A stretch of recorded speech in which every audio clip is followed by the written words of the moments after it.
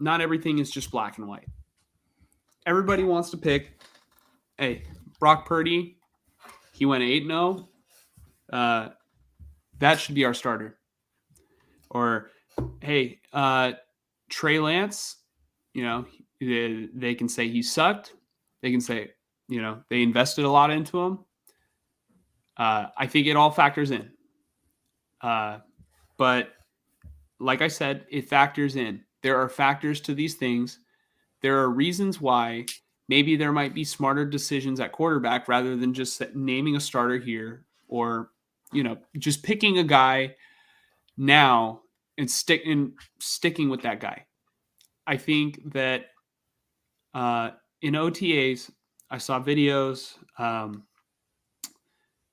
different people like Grant Cohn, David Lombardi were posting different angles of Lance's mechanics, Mm-hmm.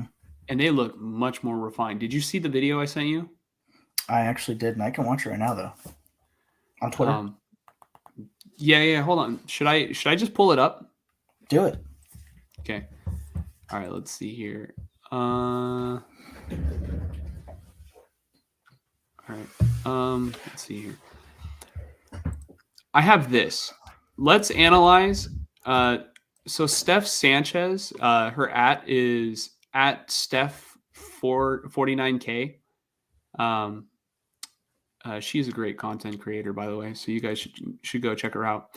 She put together this video that is, I think, just fantastic at showing the difference between Lance's mechanics now and what they were his rookie year.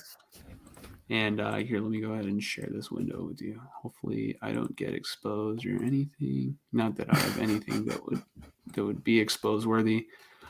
But can you see it? Yeah. Okay. All right. I'm just going to go ahead and play it. This is 2021.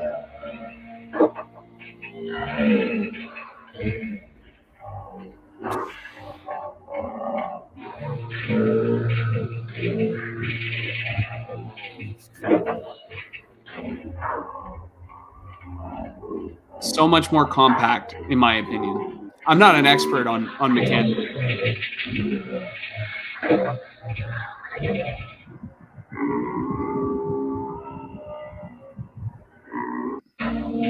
I just see more lower body. Can you go on? Well, actually, it doesn't matter. But I was going to say even make it maybe if you could slow it down even more. But it looks more fluid, and like you said, like with the legs, it looks a little bit more compact in the 2023 compared. Mm-hmm. But yeah, I'd like to see pushing with his too. He's pushing with his lower body more. That's for sure. I think that as of right now on the depth chart, you would probably have to have Lance at number 1 because you don't know what Purdy is going to be when he comes back. He had a very serious elbow surgery, and he's actually going to start throwing this week, or maybe he already started throwing. That's what I wanted to talk about, is the fact that right now, just to kind of summarize, right now, Trey Lance is the QB1 at OTAs, which, there were like we talked about last time, there was the weird talk about Sam Darnold. It seems ridiculous for Sam Darnold to come in and day one get snaps over Trey Lance. It's stupid. But, yeah, apparently Brock Purdy is potentially going to begin throwing this week, which means that his elbow is healthy. No. It's part of the rehab. He is not going to be throwing full strength. So for the next 3 months, he's going to be building more and more strength in that arm.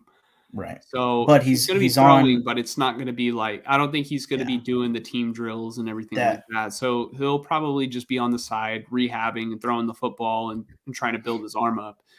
That makes way more sense. Yeah. And I hope that he can go back to the level that he was playing at. I just worry that that defenses were starting to figure him out, because in the NFL level, unless you're Patrick Mahomes, unless you're like an elite quarterback, it may take some time, but you will get figured out. And really, what separates the great players from the players who are just good, or the players that get figured out, is the ability to adjust and to still be able to make plays, even though the defense knows exactly what's coming. Yeah, I'm just. Are we talking If he about? gets Are we talking about Ruggs? Henry Ruggs, Yeah. Damon Arnett, no, I was just gonna say, if Purdy gets hurt again, you better call the cops. Yeah, Kyle, we're after you, dude. No more getting quarterbacks hurt, okay? And then that's another thing I wanted to say. So, people have been bringing up a very good point that hopefully Purdy's not being rushed back. Because it kind of feels that way, but I'm not a medical expert. Yeah, I you would hope not. wonder if Jimmy should have gotten surgery. Should have gotten the surgery that he had in March. If he would have gotten it cleaned up, or if he was being rushed back in order to play possibly in the NFC Championship game or the Super Bowl. I think it's a fair question. It's a fair thing to question, because it's not like teams haven't tried to rush players back before they're even ready. It happens all the time. Right. And before my AirPod dies, I just want to say that at the end of the day, I think having Lance be number one on the depth chart makes the most sense right now. Mm-hmm. Brock Purdy can prove that he is capable of playing at the level that he was playing before. He can slide back into that role if Lance doesn't just outright take it. I think Lance has an opportunity to take it, and they never look back. If Lance is playing well, if Lance is playing well, the offense is operating, they're winning football games, why would you go away? You always got to ride the hot hand. Yeah, that's what we talked about last time with Alex Smith and Kaepernick. Once a player starts getting on a roll and he's starting and all that, it's like, why would you take that away from them? So I think Trey Lance has the golden opportunity this offseason to win the job. But if he goes out there, he doesn't win the job, Brock Purdy comes back into training camp, I don't know, and pretty soon starts throwing, and the team, the coaches, whatever, decide like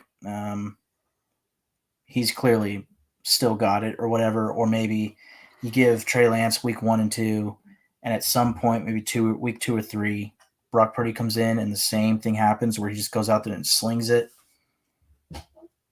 We're gonna the conversation is gonna change for Trey Lance, and if this happens, it'll change to how much longer will he even be on this team?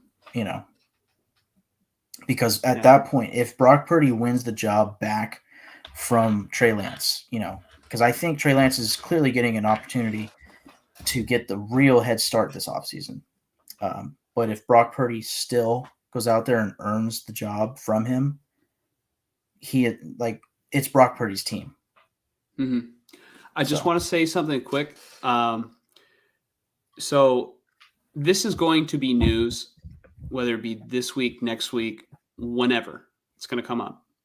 Sam Darnold is going to start getting first team reps because Kyle Shanahan has said that the reps are going to start evening out. Trey Lance started off as the number one.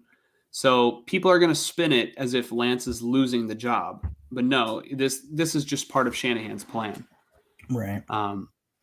And I think that the good news as a Niner fan is that the more quarterbacks who are competing, I think the better overall for everyone. So the best case scenario, whether you're a Trey Lance fan, if you're strictly just a Trey Lance fan, don't care about the 49ers, even so, it's better if Brock Purdy is healthy, because if you put pressure on Lance, if you put pressure on anybody, It's going to force them to try harder in order to compete and win. Competition brings the best out of everybody.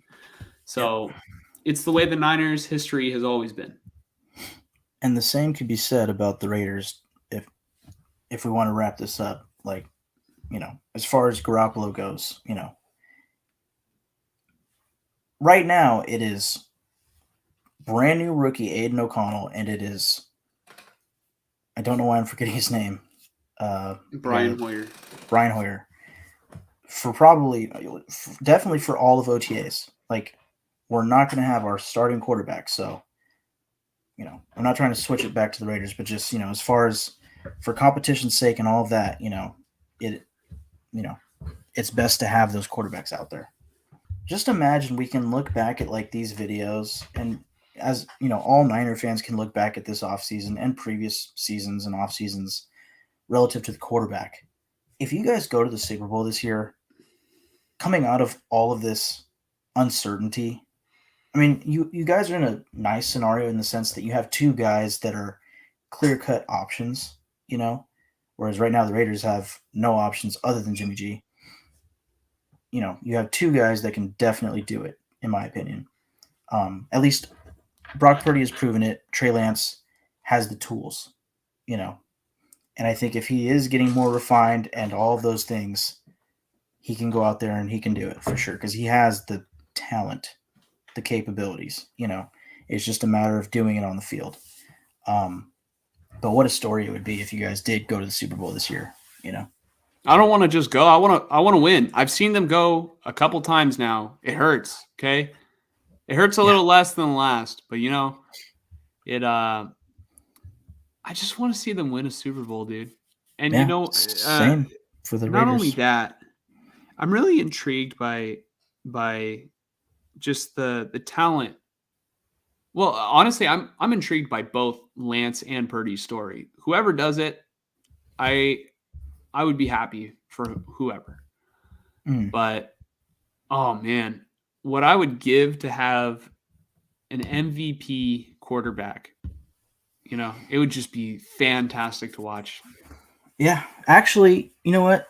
This is a great moment to bring something up, and this can wrap it up. Okay. I think you texted it to me, so let me just look here real quick. Yes. Shout out to Renee Dominguez, our first ever comment. Yeah. Shout out to Renee. We really appreciate the comment. Anybody who watches our videos, you are fully encouraged to comment and share your thoughts on all our streams. What were you going to say, Mike? Well, just in the topic at hand in regards to his comment was in response to, I think, me talking about my theory, if you will, that the Raiders are going to attempt to make a run at a top tier rookie quarterback in next year's draft. And he was saying something along the lines of, we don't need a top tier quarterback. We just need to make the team better, shore up the team, shore up the defense, surround a good quarterback with a great team, and you can win. And that's what the Niners have right now. But in a way, sort of, to counter that, you look at these teams, and part of his point was, you had like, say, the Ravens back in the day with Trent Dilfer, or like the Buccaneers to beat the Raiders with Brad Johnson. Like, you have these teams, Joe Flacco's Ravens, Nick Foles. You have these guys that go out there with amazing teams and these game managers that can just get it done, and that's cool. But that's, like, in my opinion, you have to do all the work everywhere else and still find a very capable quarterback. Whereas if you can get yourself a Patrick Mahomes, they just won the Super Bowl, and everybody was saying they might not even make the playoffs this past season, because their competition was going to be too strong with the Chargers, maybe the Raiders, and the Broncos with Russell Wilson, because they lost Tyreek Hill and all these things. It was like, oh, the Chiefs might not even make the playoffs. They go win the Super Bowl. Dude, don't pull a Travis Kelce, man. Travis Kelce was like, no, they were saying that we wouldn't even make the play. Dude, Nobody was saying that. Yeah, Nobody I was mean, serious well, about that, dude. Come on. there were some people that definitely were, but yeah, definitely not everybody. Like I was sitting there going, I'm not going to doubt them, but I don't think they're going to be as good. I didn't think they were going to go out there and win a Super Bowl, and they did, and that was because it was because of Patrick Mahomes, but also Andy Reid is, I'd say, the best coach in football right now. But Hands down. I think you get yourself a Joe Burrow, you get yourself a Patrick Mahomes, you get yourself one of those a Jalen Hurts, you know that changes everything. So, like you said, you want to see, or how cool would it be to see an MVP quarterback win you guys a Super Bowl? That's what I'm hoping for with the Raiders. No matter what, whether it's an MVP or not, I just want to see a Super Bowl win with my Raiders team. But I think in today's NFL, the way to do that is to go out and get yourself a top tier, like top five quarterback. And I think the only way to do that is to get a top five draft pick, I probably a don't top just two. want to win a Super Bowl though. I want to be proud of a team that I can tell my kids about or tell my grandkids about. Yeah, You yeah, know, yeah. everybody Hearing about always talks about Joe Montana, Steve Young. I wasn't alive. yeah, I wasn't same alive. I for want my own story. yeah, same for me with like the 1976 Raiders. Like some people, including my dad, say like that's one of the best teams ever. You know, that's John Madden's team, Ken Stabler, Fred Bolitnikoff. You know, uh, yeah, I would love to see a team that as I grow older, go that was legendary. You know, so yeah, I agree.